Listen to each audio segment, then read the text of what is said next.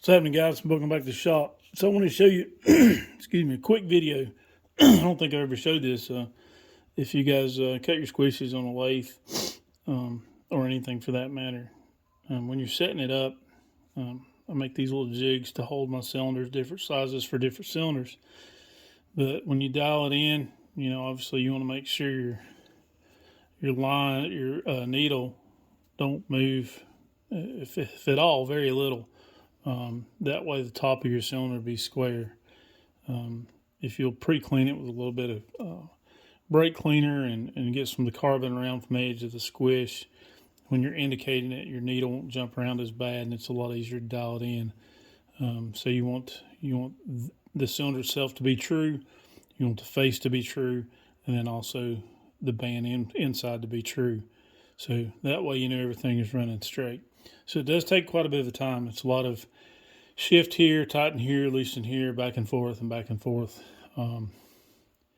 Usually takes me 20 or 30 minutes, sometimes longer depending on the cylinder. So I just want to give you a little quick peek of that, setting up a cylinder. There's not a whole lot out there on this. There's bits and pieces, but nothing on really how to do this. So it's kind of a learning curve, those guys getting into it first time or first few times even. And sometimes you'll have those days where everything fights you. But I use a 4-jaw.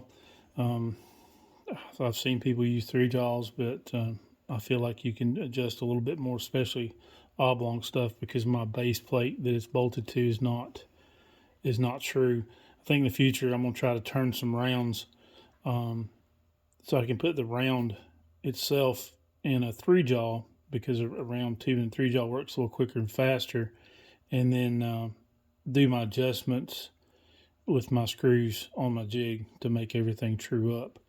And I've got a little spacer on the bottom that's rounded. That way it gives it just a little bit of pivot, but I still have a good contact point, so I don't have to worry about the cylinder shifting as I'm cutting it.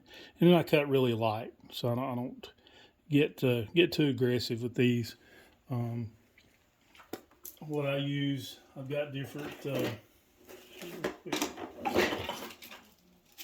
setups for different ones. This is my bigger boring bar, obviously for bigger cylinders and bigger things.